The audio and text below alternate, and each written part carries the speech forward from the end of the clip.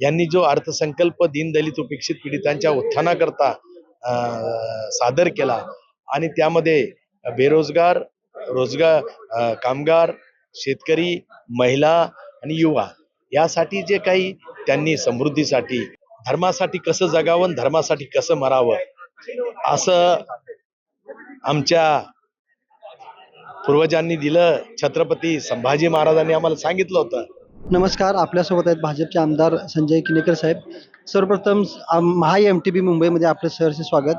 आणि सर्वप्रथम MTB कडून आपल्याला गुढीपाडव्याच्या खूप खूप शुभेच्छा. आमच्या सर्व प्रेक्षकांना या हिंदू नववर्षानिमित्त, मराठी नववर्षानिमित्त आपण काय संदेश द्या? महाराष्ट्र राज्यातील सर्व नागरिकांना नवीन वर्षाच्या, मराठी नवीन वर्षाच्या खूप खूप शुभेच्छा. खरं तर येणाऱ्या नवीन वर्षाचा जो संकल्प आहे, या राज्याचे मुख्यमंत्री सन्माननीय देवेंद्रजी फडणवीस यांनी जो अर्थसंकल्प सादर केलेला आहे, दीन दलित उपेक्षित पीडितांच्या खऱ्या अर्थाने उत्थानाकरता आणि सर्वसामान्य माणसाच्या स्वावलंबनाकरता, त्याला सक्षमीकरणाकरता जो अर्थसंकल्प सादर झाला, त्या अर्थसंकल्पाची पुढच्या वर्षात पूर्ती करण्याचं काम आमच्यासारखे आमदार आणि कार्यकर्ते करतील. आणि निश्चितपणे सर्वसामान्यांच्या जीवनामध्ये समृद्धी आणण्याचं संकल्प घेऊन हा अर्थसंकल्प आम्ही गोरगरिबापर्यंत नेण्याचं मानस आम्ही ठेवलेलं आहे. आणि त्यामुळे परत एकदा शुभेच्छा.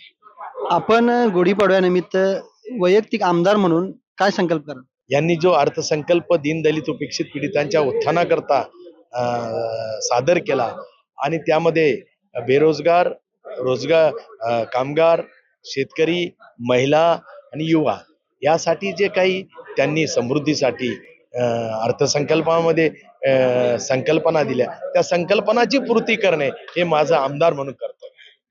महाराष्ट्र धर्म स्वातंत्र्य विधेयक काल विधान परिषदेमध्ये सुद्धा संमत झालं, काय प्रतिक्रिया?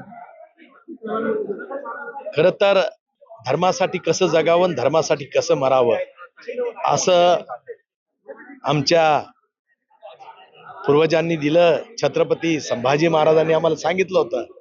छत्रपती शिवाजी महाराजांच्या विचाराला धरून आज महाराष्ट्राच्या कार्यप्रणाली खऱ्या अर्थाने आम्ही रुळवत आहोत.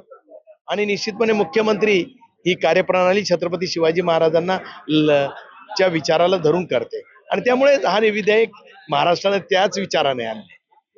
गुढीपाडव्यानिमित्त आपण हिंदू संस्कृतीनुसार पारंपरिक वेशभूषा करत असतो. तुमचा आवडता पारंपरिक वेशभूषा कोण? खरं तर राज्यातले जे आमची पारंपरिक गीतं आहे, लोककला आहे, या लोककलेला ताकद देऊन पारंपरिक लोककलेचा एक अनोखा मेळा आम्ही घेण्याचं मानस ठेवलेलं आहे.